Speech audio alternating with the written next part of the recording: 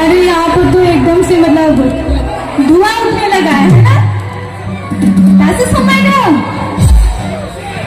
देखते हैं भान लगी से हाँ और मैंने SMS तो बहुत मिस्टेक हो गया क्षमा करेगी बात ठीक है ada nih jadi nggak boleh terus harus mana jangan next week yang mana mau benar South Indian में थोड़ा इंजॉय कर दिया है ना South Indian के एक्टर जैसे कोई है वो उधर हाथ दिखा रहा है इधर हाँ उधर ही है South Indian का एक्टर इधर नहीं है ना बहुत नाचना पड़ेगा जिसने हाथ उठाया नाचेगा